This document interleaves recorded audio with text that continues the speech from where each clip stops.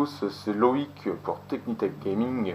Alors aujourd'hui donc on se retrouve pour la présentation de la manette Afterglow Xbox One Primastick qui est excellente et je vais vous montrer pourquoi, et aussi de ce casque, le Afterglow AGU.1, on dirait plutôt AGU.1, qui est d'une excellente qualité. Voilà, donc on va commencer d'abord par la manette. Alors cette manette là elle est donc trouvable dans beaucoup de magasins, Micromania, Auchan, tout ça à 50 €. Voilà, donc là vous voyez bien la boîte. Et donc elle a plusieurs fonctions. Bon, c'est pas non plus une manette élite, mais elle est assez sympa déjà puisqu'elle est, on va déjà la débrancher. Elle est transparente. Moi je trouve ça super beau, mais aussi comme vous avez pu le voir, elle est rétroéclairée. Voilà, donc on a tout un néon, on va dire, qui passe dans la manette. On peut choisir la couleur. Donc il y a plusieurs fonctions en fait. Vous avez un bouton derrière qui vous permet de, je trouve que ça touche un peu à tout, qui vous permet donc de changer quelques fonctions de la manette. Alors je vais vous décrire un peu tout ça. Donc si j'appuie une fois, voilà, donc j'ai ça qui s'allume. Ça me permet de choisir la couleur de la manette. Voilà, donc là je mets la couleur que je veux. Hop. Donc par exemple je vais la laisser en vert. Alors je peux même choisir l'éclairage avec l'autre joystick. Ça c'est plutôt excellent. Voilà, comme ça. Voilà. Donc on la tient bien, ça va mieux. Voilà, je vais la laisser comme ça, donc j'appuie, paf. Et voilà, donc la manette va rester verte, jaune, hein, là c'est un peu ça, voilà, on va dire plutôt jaune fluo. Ensuite j'ai une autre fonction, alors parce que sur cette manette il y a deux roulettes supplémentaires, donc qui sont des touches de raccourci. Donc là par exemple si je fais ça c'est RB, si je fais ça c'est X. Bon là on voit pas parce que je suis même pas en plein jeu. Donc là bon, c'est la console de ma femme, donc je précise que cette manette est à ma femme, elle l'a achetée pour elle, elle s'est fait plaisir. Donc je peux assigner des touches sur ces deux roulettes derrière qui forcément, quand on tient la manette comme ça, on les a directement sous les doigts. Donc cette fois-ci j'appuie deux fois sur le bouton à l'arrière. J'appuie sur, je sais pas, par exemple, tac, cliquez ici, ça va clignoter et je veux lui assigner la touche. Voilà, la touche est assignée. Je sais pas si ça va marcher. Non, donc si j'appuie, voilà, ça fait monter. Ça. Voilà. Bon, enfin, je la reconfigure, sinon je vais me faire disputer. Ensuite, il y a une troisième fonction qui est vraiment excellente. C'est les LED de vibration. C'est-à-dire qu'à chaque fois que la manette va vibrer, vous avez les LED qui vont s'allumer là, comme ça ici. Alors donc, je peux choisir en appuyant en haut de les laisser allumer ou en appuyant là en bas de les éteindre. Donc là, paf, elles sont éteintes. Je rappuie là-haut, elles s'allument. Donc dès que ça va vibrer, elles vont s'allumer. Voilà, voilà, je peux pas trop montrer. J'ai pas de jeu qui comme ça sous la main qui font vibrer la manette direct. Bon, dès qu'il y a la moindre vibration, paf, ça s'allume. Voilà. Alors au niveau casque, on a un port 3,5 mm comme sur les nouvelles manettes, enfin les dernières manettes Xbox One et la manette Elite. Donc il vous permet de brancher n'importe quel kit main libre. Bon, après on se dit comment on change le son. Alors c'est pas avec le menu comme sur les manettes normales, c'est avec ce petit bouton là qui est à côté du joystick. Voilà. Donc si j'appuie deux fois rapidement dessus, ça met la manette en muet. Voilà, cette LED montre que j'ai mis la manette en muet. Si je rappuie deux fois, le son revient. Et si je reste appuyé, en appuyant en haut là, sur la croix directionnelle, j'augmente le volume. Et si j'appuie en bas, je baisse le volume. Voilà. Et là, bon, attends, je regarde bien. Donc là, c'est pour avoir le son du jeu plus fort. Et de l'autre côté, avoir le son du groupe plus fort. Voilà. Bon, quand on débranche la manette, les paramètres à sauvegarder, c'est excellent. Bon, petit défaut, je dirais, sauf pour ceux qui ont une console tout près, elle ne marche qu'en filaire. Je la débranche, pouf, elle s'éteint, il n'y a pas de batterie. C'est dommage, mais bon, c'est vraiment pas gênant pour ceux qui ont une console de près. Donc là je la rebranche, elle reprend en compte. Alors, bon, on peut se dire, tiens, si je branche le câble à une batterie externe, et bien ça ne marche pas, la manette reste pas associée. Donc ça c'est dommage aussi, puisqu'on aurait pu mettre un petit câble avec la batterie derrière, paf, on l'aurait tenu comme ça. Mais non, ça ne fonctionne pas, j'ai testé moi-même. La manette, il faut vraiment qu'elle soit reliée à la console. Si elle est reliée à n'importe quoi d'autre, la console ne pourra pas être contrôlée, malheureusement. Voilà, donc voici la petite présentation donc, de cette manette Primastic de Afterglow. Bon, à 50 €, je trouve que c'est plutôt correct quand même. La qualité est pas mal, la prise en main est sympathique et la sensibilité est assez sympathique aussi. Voilà, donc si vous voulez vous prendre une petite manette, que vous n'êtes pas à 50 km de votre console, puisqu'on a un câble de 3 mètres avec, bon, c'est quand même déjà pas mal. En plus de bonne qualité, il est assez épais. Achetez cette manette. Voilà, faites-vous plaisir.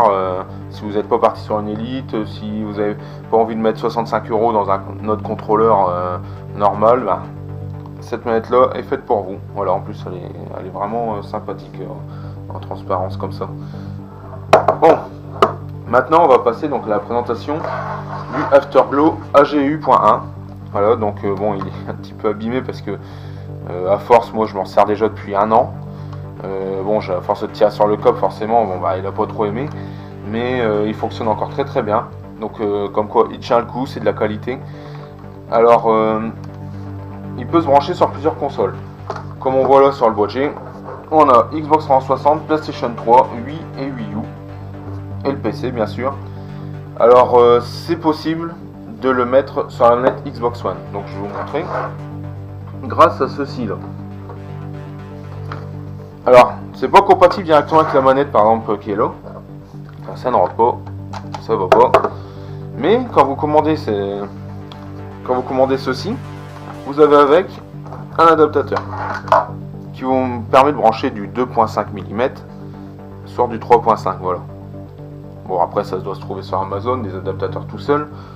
Bon, moi je m'en sers pour ma manette normale, enfin je m'en sers pour ma Elite de ce petit accessoire là, puisqu'on peut régler le son directement sur les touches, pas besoin d'aller dans le menu Xbox. Donc on branche ça là-dessus, hop, voilà mon petit adaptateur.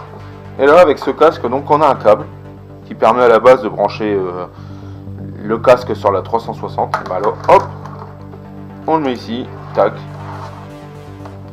Voilà, bon, vous n'avez pas le son dans vos oreilles, mais vous avez au moins les voix et vous pouvez discuter avec les gens.